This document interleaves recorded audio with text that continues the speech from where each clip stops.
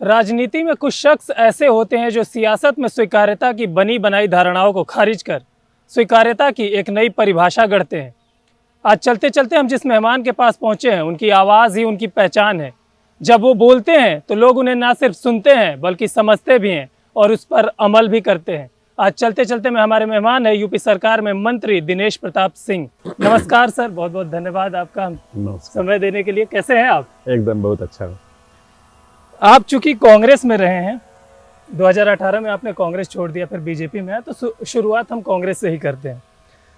जनता ने भी कांग्रेस से धीरे धीरे किनारा कर लिया, 2018 में आपने भी किनारे कर लिया। आप कहते हैं कि कांग्रेस की गलत नीतियों के खिलाफ हमने ये फैसला लिया। वो क्या थी गलत नीतियां?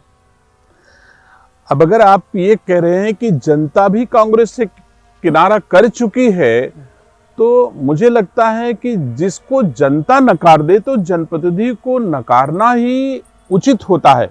तो मैं समझता हूं कि जो नीतियां जनता के हित में नहीं हैं, वो जनप्रतिनिधियों के हक में नहीं हो सकती हैं। और मैं समझता हूं कि जनता जहां रहे, जनप्रतिनिधियों को वही रहना चाहिए। जनता इस समय भारतीय संस्कार संस्कृति के पोषक, भारतीय संस्कार संस्कृति के पुजारी मोदी जी के साथ और भारतीय जनता पार्टी के साथ में है। इसीलिए धीरे धीरे चाहे जनता हो चाहे जनप्रतिनिधि, सब अपने भारत और भारतीय संस्कार संस्कृति के साथ हैं। इसी कारण मैं भी भारतीय जनता पार्टी के साथ हूँ। अभी तक रायबरेली में जो चुनाव होता है, जितने भी चुनाव होते हैं, वो दिनेश प्रताप सिंह वर्सेस ऑल होता है। सारे दल एक साथ हो जाते हैं, आप अकेले मोर्चा खोले रहते हैं। और जब नतीजे आते हैं तो पता चलता है कि 4 लाख के करीब वोट ले गए, आप 3,75,000 के करीब वोट ले गए। ये लड़ाई कब तक चलती रहेगी? देखिए, मेरी लड़ाई तो भारतीय संस्कार संस्कृति के खिलाफ जो लोग हैं उनसे है। मेरी व्यक्तिगत किसी से लड़ाई नहीं है। लेकिन जो भारत का रहने वाला है, उसे भारतीय संस्कार संस्कृति के अनुसार ही भारत की सेवा करनी चाहिए और भारत में जीना चाहिए। जैसे मैं एक छोटा सा उदाहरण देता हूं जी। हमारे देश के प्रधानमंत्री जी को कांग्रेस के सबसे बड़े नेता राहुल गांधी हैं, जो कहते हैं मोदी आता है, मोदी जाता है, मोदी खाता है। ये हमारी भारतीय संस्कार संस्कृति का हिस्सा नहीं है। तो मैं नहीं समझता कि यह राजनीति में आना चाहिए। राजनीति होती है, लोग देख करके परिवर्तन लाते हैं अपने भीतर। अगर पहली पंक्ति के लोग ही भारतीय संस्कार संस्कृति के खिलाफ काम करने लगेंगे तो मैं नहीं समझता कि फिर देश का भला होगा। इसलिए जो राजनीति में हैं, जो दिशा देने का काम करते हैं, जो देश को ताकत देते हैं, ऐसे लोगों को कम से कम भारतीय संस्कार संस्कृति के अनुसार आचरण करना चाहिए। हम बड़े छोटे को हमारी संस्कृति में तय किया गया है किस तरह कौन किससे बात करेगा, कौन किससे आचरण करेगा। तू मैं की भाषा से, हालांकि सियासत में ऐसी भाषा का उपयोग नहीं करना चाहिए, लेकिन आपने जिक्र किया दिशा का, सियासत की दिशा की बात की और मुझे एक दिशा बैठक याद आ गई। रायबरेली में दिशा बैठक होती है। कांग्रेस के सांसद राहुल गांधी जी भी थे, उस बैठक में आप भी थे और उस बैठक को लेकर काफी सुर्खियां बनी। क्या हुआ था उस दिन? देखिए, दिशा की बैठक रायबरेली जनपद में भारत सरकार के द्वारा जो भी संचालित योजनाएं परियोजनाएं हैं, उनका क्रियान्वयन किया जाता है। राहुल गांधी सोचते हैं कि मैं यहां पर आया हूं नीति निर्धारित करने, तो पहले तो दिशा की बैठक की गाइडलाइन राहुल गांधी को पता होना चाहिए कि हम क्या करने के लिए इस बैठक में आए हैं। अगर उनको ये पता नहीं है कि इस बैठक में मुझे क्या करना है, मेरे क्या दायित्व हैं, तो मैं समझता हूं फिर तो ऐसा ही होगा जैसा हुआ था। उनका ही कहना था कि जैसे भाई खाद्य रसद विभाग हमारा नोडल डिपार्टमेंट है, कि वो जो योजना है हमारे गैस सिलेंडर गरीब लोगों तक पहुंचाने की, उस योजना का क्रियान्वयन वो देख सकते हैं, लेकिन उस विभाग का अनुश्रवण नहीं कर सकते हैं। वो अब अगर अपनी परिधि से बाहर जाते हैं और वहां पर खड़े होकर के भाजपा ने ऐसा किया, इस सरकार ने ऐसा किया, उस सरकार ने ऐसा किया। भारत की सरकार ने हर सांसद को भारत सरकार के द्वारा वित्त पोषित योजनाओं के अनुश्रवण की जिम्मेदारी दी है। बिल्कुल। वहां पर नीति निर्धारण करने की जिम्मेदारी नहीं है। और राहुल गांधी वहां रूल करने के लिए बैठ जाते हैं। फिर कहते हैं अरे इस दिशा की बैठक में तो मुझे कोई आदिवासी नहीं दिखा, ओबीसी नहीं दिखा। कितना दुख होता है कि एक राहुल गांधी जिन्होंने पीढ़ियों से रायबरेली को देखा हो और वो ये नहीं जानते हैं कि रायबरेली में आदिवासी होते हैं भी नहीं होते हैं, अथवा तुम उनको लज्जित कर रहे हो जिन लोगों ने वोट देकर के आपको सांसद बनाया है, उनकी उपस्थिति उनको तकलीफ दे हो रही है और जो वहां हो ही नहीं सकते हैं उनको उपस्थित होने की बात आप करते हो। तो ये दोनों तरफ से जिन्होंने वोट दिया उनका अपमान है। और एक ये भी है कि आप कितने अनभिज्ञ हो रायबरेली, इसके बारे में ये भी नहीं जानते हो कि रायबरेली में कौन लोग रहते हैं। हालांकि उन्होंने जिक्र किया था कि ओबीसी समाज से भी लोग नहीं, और मैंने जहां तक पढ़ा उनके ही एक विधायक बैठे थे वहां ओबीसी के। ऐसा कोई समाज नहीं था आदिवासी छोड़ करके, क्योंकि आदिवासी हमारे जनपद में है नहीं, लेकिन ऐसा कोई समाज नहीं था जिस समाज के अधिकारी और जनप्रतिनिधि वहां पर उपस्थित ना रहे हों, चाहे उनके विधायक हों, चाहे दूसरे दल के विधायक हों, चाहे दूसरे दल के ब्लॉक प्रमुख हों, चाहे उनके दल के ब्लॉक प्रमुख हों, जो भी दिशा की बैठक में थे, मैं जितना जानता हूं एक भी समाज ऐसा नहीं था जिनका वहां पर प्रतिनिधित्व ना रहा हो। तो जो यही नहीं जानते इनमें बैठा कौन है, जो यही नहीं जानता कि इस रायबरेली में रहते कौन है, तो उसको दिशा की बैठक में ऐसे ही आपको फेस करना पड़ेगा विरोध का। बिल्कुल। यूपी सरकार ने मदरसों को लेकर एक बहुत बड़ा फैसला लिया है। मदरसों में जो फंडिंग हो रही है उसकी अब निगरानी की जाएगी, अकाउंट्स चेक किए जाएंगे कि कहाँ से पैसा आ रहा है, विदेशों से तो फंडिंग नहीं हो रही। इस फैसले को आप कैसे देख रहे हैं? देखिए, हर सरकार को अपने देशवासियों को सुरक्षित करने के हर उपाय करने चाहिए। तो मैं समझता हूं कि हमारे भी राज्य के और देश के सरकारें भारतवासी कैसे सुरक्षित रहें इसके बारे में वो अगर सोचते हैं तो ये तो उनका धर्म है, उनका कर्तव्य है, तो इसमें कोई बुरी बात नहीं है और किसी के खिलाफ कुछ हो नहीं रहा है। आप भी देखते हो आज बजट जो हमारे भारत सरकार का बजट आया है उसमें भी अल्पसंख्यकों के लिए या कह दो मुस्लिम समाज के हितों के लिए कितना बजट का प्राविधान किया गया है। तो ये भी हम नहीं कह सकते कि वो किसी के खिलाफ है, लेकिन नियंत्रित करना और सबको सुरक्षित रखना ये भी हमारी सरकारों की जिम्मेदारी है। अच्छा, नेपाल से जो बॉर्डर हैं, हमारे ज़िले जो सटे हुए हैं, श्रावस्ती की बात कर ले, लखीमपुर खीरी, पीलीभीत, बहराइच, महाराजगंज, ये जो इलाके हैं यहाँ पे मदरसों में फंडिंग की खबरें ज़्यादा आती हैं। ऐसे आरोप लगते हैं कि यहाँ से आतंकी गतिविधियों को बढ़ावा देने वाले तत्व शामिल है इसमें, या फिर धर्मांतरण का खेल उन्हीं पैसों से चलता है। आप तो सुरक्षा के मामले पे बहुत मुखर रहते हैं, आप इसको कैसे देख रहे हैं? आपको लगता है कि मदरसे इस समय खतरा बने हुए हैं? हाँ, इसमें कोई संदेह नहीं है। जितनी जानकारी और एजेंसियों ने जो तथ्य जांच करके लोगों के सम्मुख रखे हैं उसमें जो मदरसे संचालित किए जा रहे हैं, देश के बाहर के विद्यार्थी सर्वाधिक पढ़ने वाले लोग वहां उसमें आते हैं। अब पढ़ाई भी करते हैं या क्या करते हैं मुझे नहीं लगता है कि इतनी भारी संख्या में विदेश के लोग क्यों आते हैं। अगर वो आते हैं तो निसंदेह कहीं ना कहीं कुछ ऐसी चीजें गतिविधियां संचालित हो रही हैं जिस पर संदेह किया जा सकता है।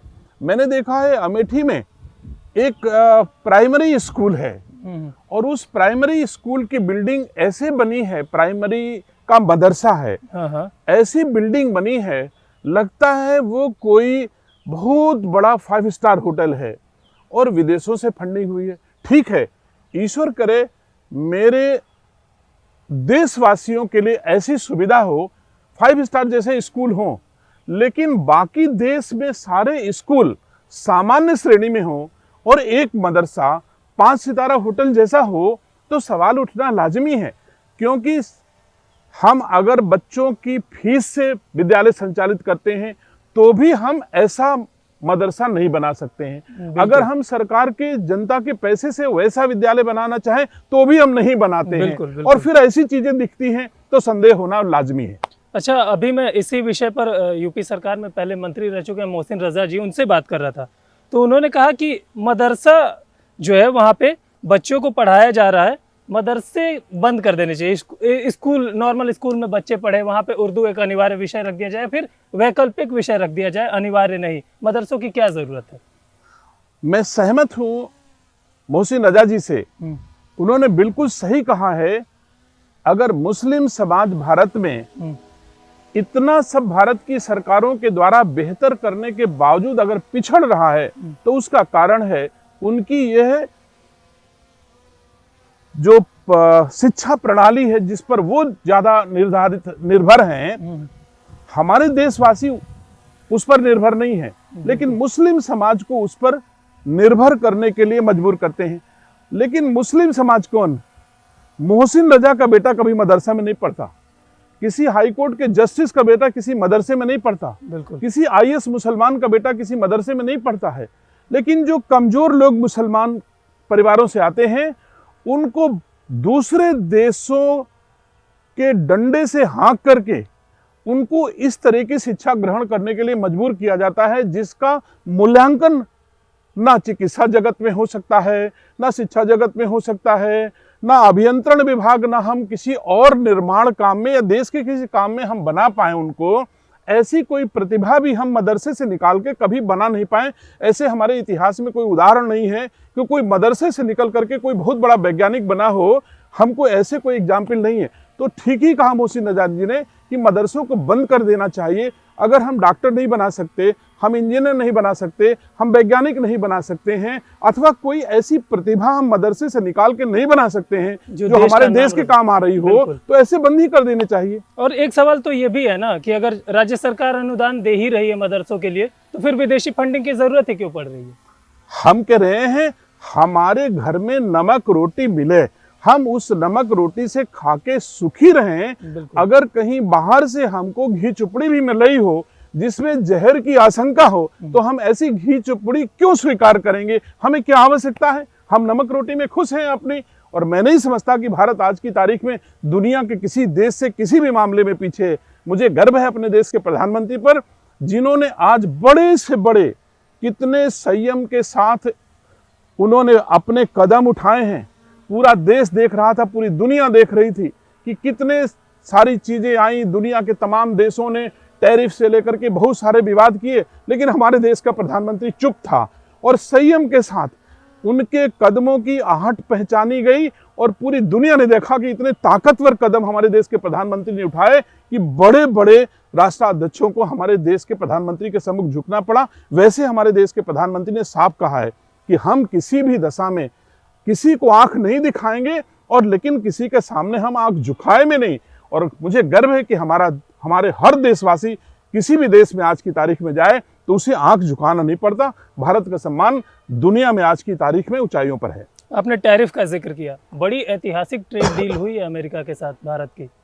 सोचिए, यही तो मैं कह रहा हूं। लेकिन कहीं ऐसी आवाज अहंकार की आई आपको? हमारे देश के प्रधानमंत्री की आवाज में कहीं अहंकार दिखा? यही भारतीय संस्कार संस्कृति की शक्ति है जो मुझे संयम प्रदान करती है और संयम के साथ बड़े निर्णय की क्षमता देती है। तो मुझे अपनी भारतीय संस्कार संस्कृति पर भरोसा करके हमको आगे देश को बढ़ाना चाहिए, जैसा हमारे देश के प्रधानमंत्री जी कर रहे हैं। अहंकार की आपने बात की, लेकिन विरोध की आवाज जरूर आई है इस ट्रेड डील में। राहुल गांधी जी को रास नहीं आ रहा है ये डील। यही तो मैं कह रहा हूं कि राहुल गांधी जी भारतीय संस्कार संस्कृति में ना जन्मे हैं, ना जिए हैं, ना पले बढ़े हैं, और ना आज भी वो भारतीय संस्कार संस्कृति को सीखना चाहते हैं। अगर भारतीय संस्कार संस्कृति को सीख लेते तो कम से कम पार्लियामेंट में खड़े होते हैं। पूरी दुनिया कहती है कि राहुल गांधी जी बने रहें तो अपने आप सब कुछ ठीक हो जाएगा। जहां जाते हैं वहीं कांग्रेस को निपटा के आते हैं, अपने आचरण से, अपने व्यवहार से, अपनी बोली से, अपनी भाषा से।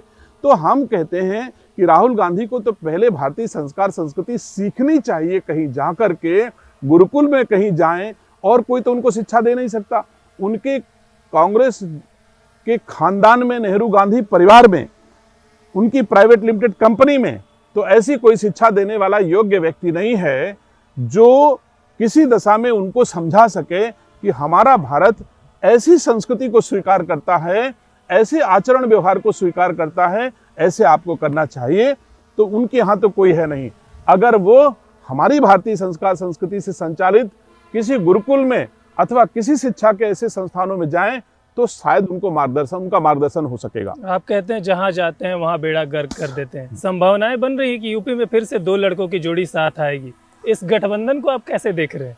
देखिए, अब तो पूरा देश नहीं, पूरी दुनिया इन गठबंधनों को बार बार रिपीट होते भी देखा है। राहुल गांधी को देखा है, लड़की हूं लड़ सकती को देखा है, यूपी के 2 लड़कों को भी देखा है, बुआ बबुआ को भी देखा है, सबको देख लिया। अब सिर्फ सबको देख करके मोदी जी की तरफ पूरा देश देख रहा है और उन्हीं से आशा है। मोदी जी के हाथों में हमारा देश सुरक्षित है, मोदी जी के हाथों में देशवासियों की गाढ़ी कमाई का पैसा सुरक्षित है। इसलिए देशवासियों को अब किसी और की जोड़ी की तरफ देखने की कोई आवश्यकता नहीं है।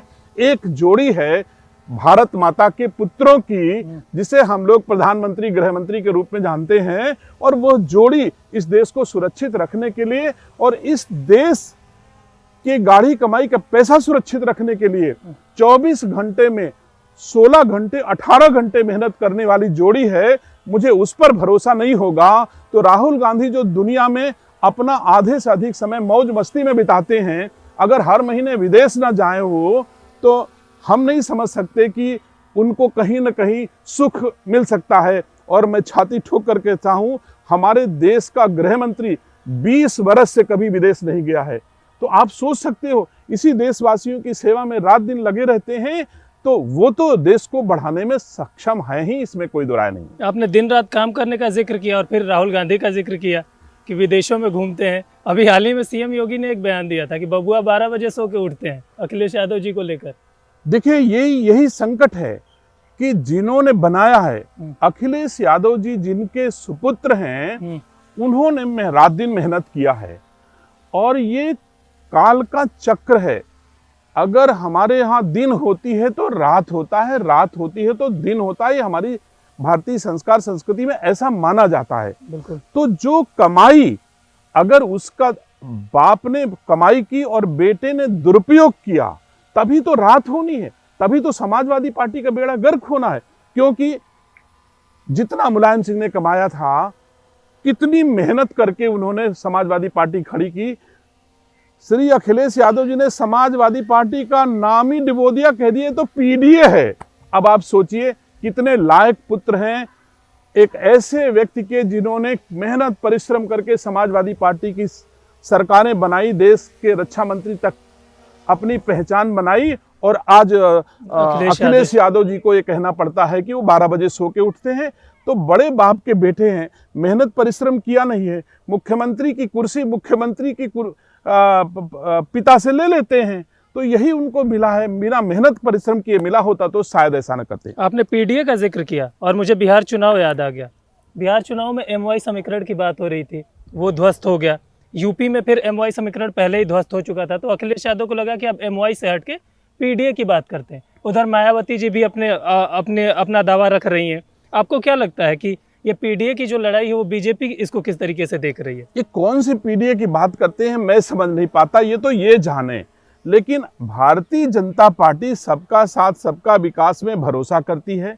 हमारा भारत सबके साथ सबके विकास के साथ विश्वास करता है। तो मैं नहीं समझता इनके पीडीए का कोई मतलब है।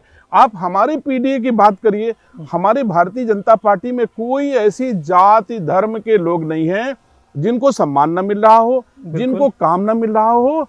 तो सबका सम्मान हो रहा है, उसमें पीडीए भी है। आप देख सकते हो मध्य प्रदेश का मुख्यमंत्री कौन है, अखिलेश यादव जी ने कितने, आप बताओ कि अगर समाजवादी पार्टी की सरकार बनेगी तो क्या यादव के अलावा अथवा सैफई के अलावा कोई मुख्यमंत्री बनाने की क्षमता रखते हैं? और भारतीय जनता पार्टी तो जाने कितने प्रतिभा को आगे ला करके, हर समाज की प्रतिभाओं को आगे ला करके उन्हें बढ़ाती है।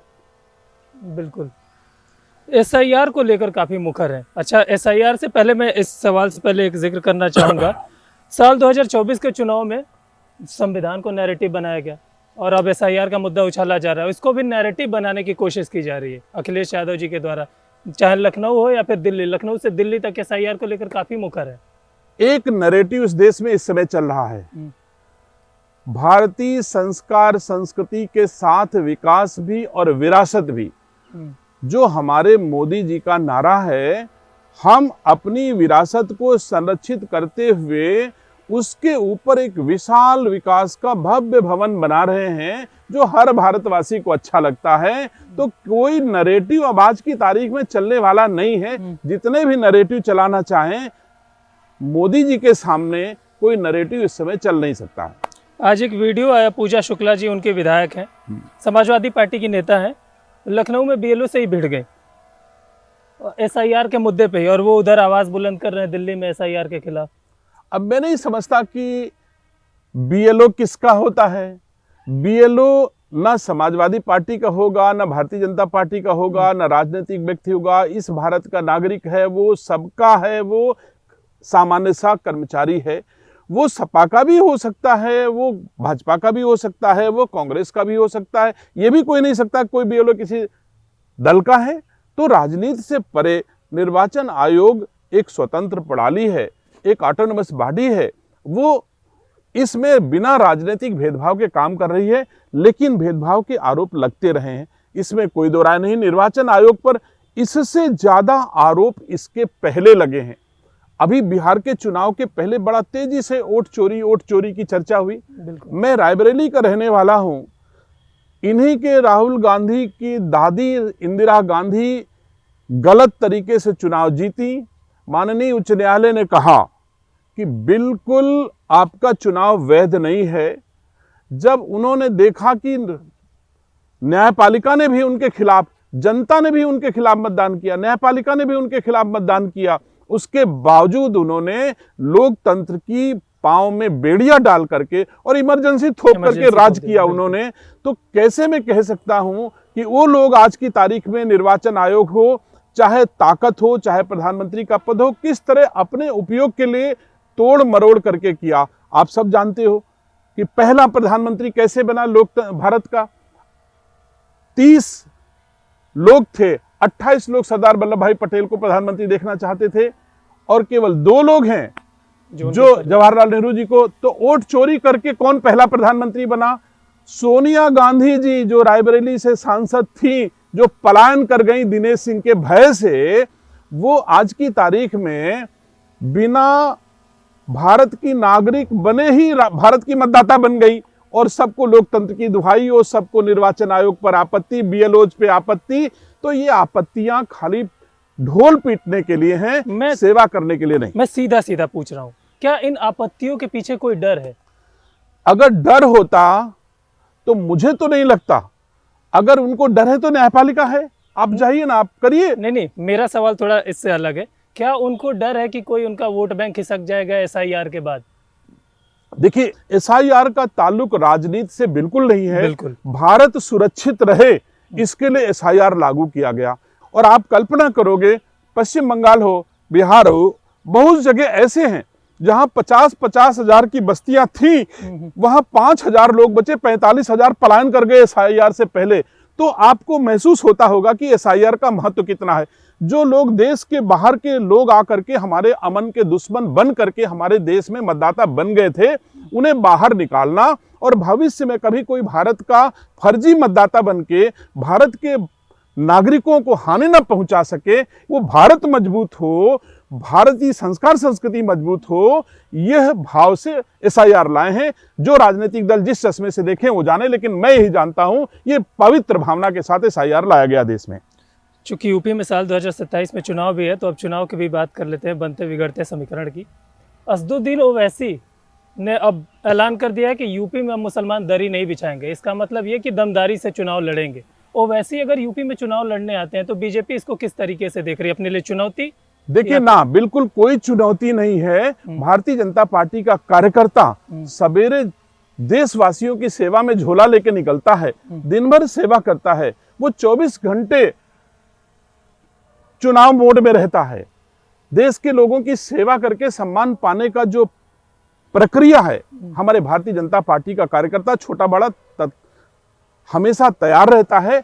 ऐसे चाहे असदुद्दीन ओवैसी आ जाएं, चाहे जो आ जाएं, उससे हमारी भारतीय जनता पार्टी की राजनीति पे कोई असर होने वाला नहीं है। और क्या हो अगर वो समाजवादी पार्टी से गठबंधन कर ले तो? क्योंकि निगोशिएशन की बात भी चल रही है अंदर खाने में। देखिए, कितने भी गठबंधन, मैंने आपसे पहले ही सवाल के जवाब में कहा, बहुत सारे गठबंधन हमारे राज्य ने देखे, बहुत सारे गठबंधन हमारे देश ने देखे, बहुत सारे गठबंधन इस समय भी चल रहे हैं देश में, कभी कोई असर नहीं हुआ। उत्तर हम हरियाणा जीते, दिल्ली जीते, महाराष्ट्र जीते, बिहार जीते, बंगाल जीतने जा रहे हैं, असम जीतने जा रहे हैं, तो हम नहीं कह सकते कि देशवासी जो चाह रहे हैं हमारी पार्टी के छोटे से छोटे कार्यकर्ता वैसा आचरण, वैसी सेवा, वैसा प्रशासन, वैसी नीतियां बना रहे हैं। तो इसलिए किसी ओवैसी के आने से हमारी सेहत पे कोई फर्क पड़ने वाला नहीं। बीजेपी अगर 2027 में चुनाव जीतती है, जैसा कि आप कह रहे हैं, कितनी सीटें आएंगी, कोई प्रिडिक्शन? अगर आप इसी भारत में पले बढ़े हो तो आप महसूस करिए कि बिहार में कितनी सीटों का अंदाजा लोग लगा रहे थे और कितनी सीटें हमारी आई। तो ऐसे ही कल्पना करिए उत्तर प्रदेश में भी ऐसी ही सीटें आएंगी जो इन सबको, जिस तरह के लोग हैं, जिस तरह पार्लियामेंट में लोग बोल रहे हैं, उनका जवाब अपने आप उत्तर प्रदेश की देवतुल्य जनता दे देगी। जैसे बिहार की देवतुल्य जनता ने वहां पर तमाम, कोई एमओआई समीकरण कहता था, कोई कुछ और समीकरण कहता था, और हम भाजपा के लोग सबका साथ सबका विकास लेकर के उतरे थे। हम विकास भी और विरासत भी आगे बढ़ाएंगे। राहुल गांधी जैसे हमारे भारतीय संस्कार संस्कृति के गद्दारों के हाथ में देश किसी दशा में जाने नहीं पाएगा, इसके लिए कुछ भी करना पड़े। चलते चलते के आखिर में एक रैपिड फायर हम करते हैं, उसमें कुछ एक नाम मैं लूँगा और आपके दिमाग में जो भी एक शब्द आएगा उस नाम के बारे में बताइएगा। राहुल गांधी जी, पहला ही नाम। मैंने उनसे पहले बोल दिया कि वो भारतीय संस्कार संस्कृति का सबसे बड़ा गद्दार है। सोनिया गांधी। सोनिया गांधी एक विदेशी व्यक्तित्व हैं जिन पर इस देश के महामहिम राष्ट्रपति अब्दुल कलाम ने यह कहा था कि मैं विदेशी मूल की इस महिला को भारत के प्रधानमंत्री पद की शपथ नहीं दिलाऊंगा। अगर भारत का इतना बेहतर महामहिम राष्ट्रपति ने यह बात कही है तो सारा देश यही बात कहेगा। सोनिया गांधी पर हम भरोसा नहीं कर सकते। प्रियंका गांधी। प्रियंका गांधी एकदम सुविधाभोगी महिला हैं जिनको अपने सुख सुविधा से मतलब है, देश की जनता से कोई लेना देना नहीं। नरेंद्र मोदी जी। नरेंद्र मोदी भारतीय संस्कार संस्कृति का पुजारी है, भारत की राजनीति का देवदूत है। एक आखिरी नाम, दिनेश प्रताप सिंह। दिनेश प्रताप सिंह रायबरेली का सेवक है, भारतीय जनता पार्टी का छोटा सा कार्यकर्ता है, अपने देश के भारतीय जनता पार्टी के शीर्ष नेतृत्व के निर्देशों के अनुपालन में रायबरेली और उत्तर प्रदेश में देशवासियों की सेवा कर रहा है। बहुत बहुत धन्यवाद सर हमसे बात करने के लिए। तो चलते चलते के इस एपिसोड में हमारे मेहमान थे यूपी सरकार में मंत्री दिनेश प्रताप सिंह जी। चलते चलते के अगले एपिसोड में फिर किसी शख्सियत के साथ मुलाकात होगी, तब तक देखते रहिए DD UP।